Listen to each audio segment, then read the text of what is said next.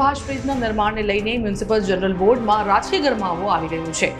વિપક્ષે દિનેશચંદ્ર આર અગ્રવાલ ઇન્ફ્રાકોન કંપનીને કામ સોંપવા સામે ઉગ્ર વિરોધ નોંધાવ્યો છે, જે અગાઉ ગાંધીનગર જીઆઈડીસી દ્વારા 20 વર્ષ માટે પ્રતિબંધિત કરવામાં આવી હોવાના ચોંકાવનારા આક્ષેપો થયા છે.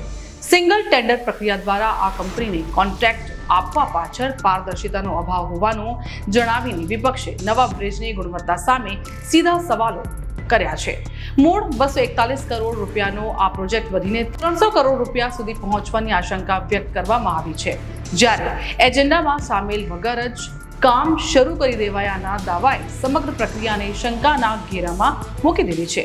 જોકે ઇજનેર ખાતાના અધિકારીઓ દ્વારા પ્રતિબંધિત કંપની અંગે કોઈ રેકોર્ડ ન હોવાની દલીલ વિપક્ષના ગળે ઉતરી નથી, જેને પગલે મ્યુનિસિપલ કમિશનરે તાત્કાલિક હસ્તક્ષેપ કરી જવાબદાર અધિકારીઓની જવાબદારી નક્કી કરવી અનિવાર્ય બની ગયું છે.